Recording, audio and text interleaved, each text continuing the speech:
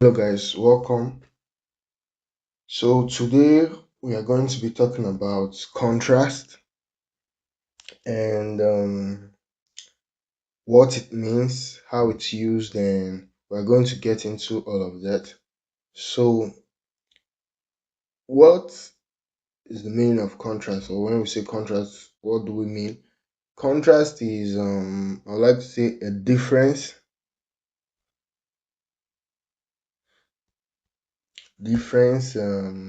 distinction, um is like a uniqueness in a whole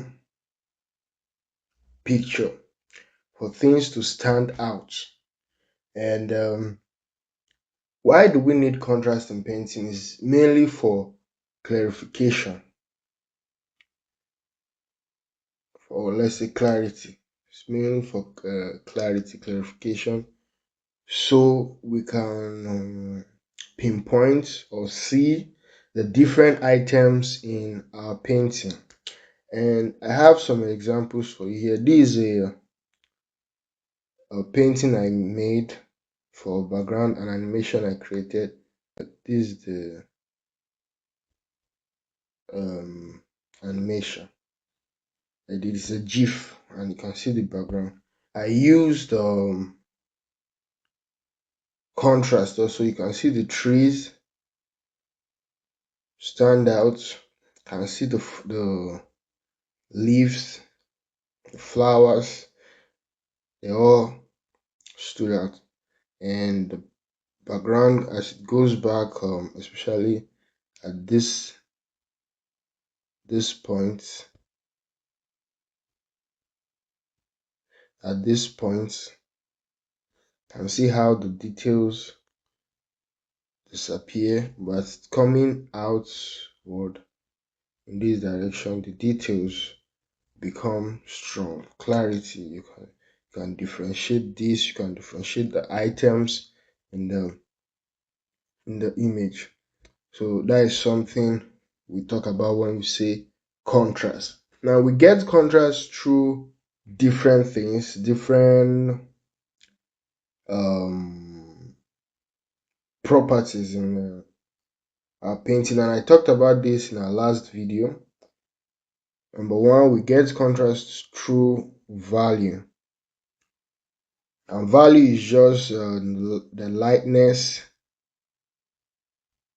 or darkness of our piece, of our image, of a painting or color, and that helps to create contrast. You can have the same color,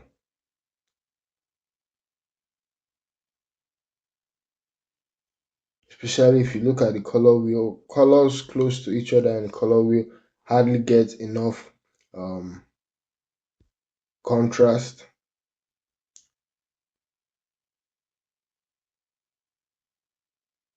You can see what I'm doing. There are two different colors, but when they are together, you can see there's not much contrast here. Sorry, there's not much contrast here. You have to zoom in to actually see the difference. As we talk, difference, the distinction of those colors. But as we talk, complementary colors opposite themselves or far from each other actually create a good contrast. You can see how it stands out. So we can get contrast first through value. Light or white is different from dark, very, very different. You can see how far they are from each other. Even through logical reasoning, you know that already. And these value also help us sorry, excuse me, value also help us to differentiate pieces in our painting. So we get good contrast first through value, then we get good contrast true hue. Hue is the color in its purest form. From what we explained here, you can see different colors bring different distinctions, so you need to understand how you play with the color. In our last video, we talked about the gamut mask and how we use the gamut mask also to get contrast in our painting and stuff like that. So they are very, very important. So you need to know how to pick colors. This is a painting I created a fan art for Lumitera, and you can see how I played. You have a lot of similar colors here. The green here, this green is different from the green here. You can see how the hue changes, but still it's the same green. Anyone looking at the painting understands that it's distance. Because of distance, things closer to us have more contrast than things at the back or behind us or far away from us. I hope you understand what I'm saying. You can see how the background, I left out a lot of details. You can see here also I left out a lot of details because I was playing with that contrast, and I knew that anything that was at the background should start to lose contrast so it doesn't fight like what we talked about here. So this, and even in GIF I can put my background like the GIF, the animation I showed you, it's a GIF file. I can put blur the background so that I'll lose some contrast at the back, and the eyes of the audience will focus more at this point of the painting. So take note of that. We get true hue, and hue is just pure color in its purest form, color itself. Then we have saturation.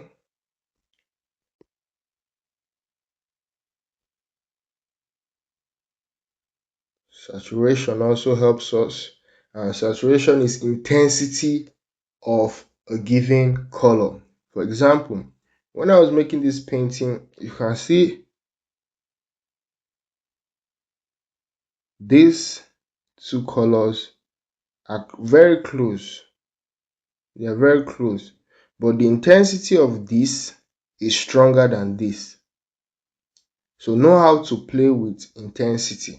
And I did that. I wanted to add the way I normally make my painting, I add rim lights to make it real pure, but I noticed it was not that necessary in this painting. So I made the adjustment of just dulling the color by reducing my overlay layer, my pigment layer. So take note of these things.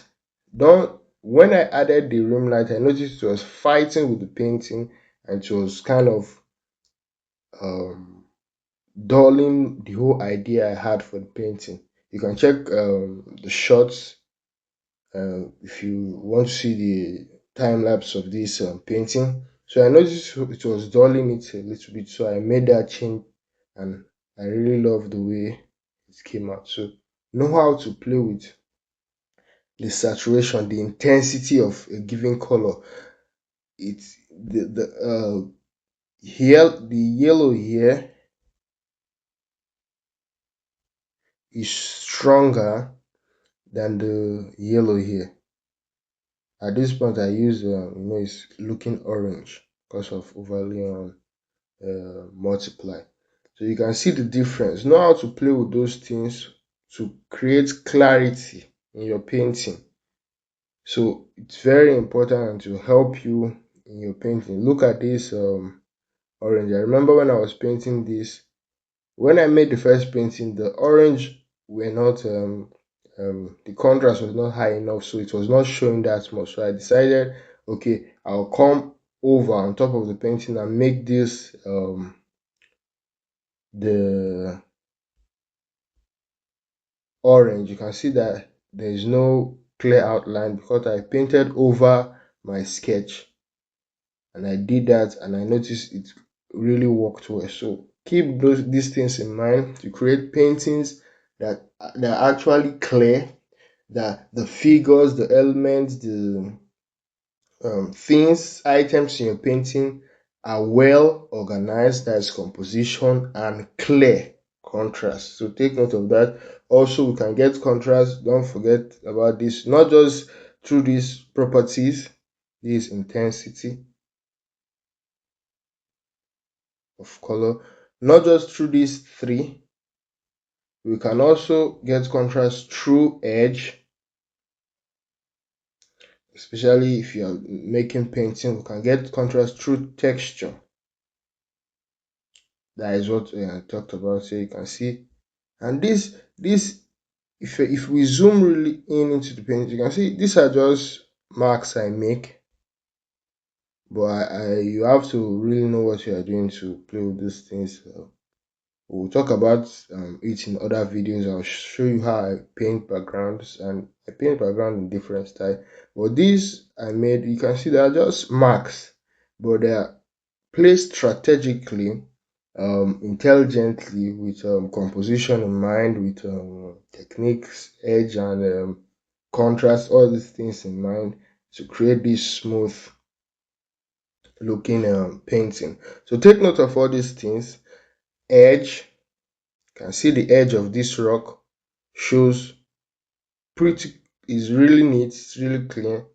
And texture, you can, though it's still the same lines I used, and I was painting this with the lasso tool, this brush you're seeing here, solid fill, and I was painting that way, but still the system, the fundamentals still stand. And that's why looking at the painting, you definitely get immediately that this is sand, this is rock, these are crops, grasses, this is flower, trees,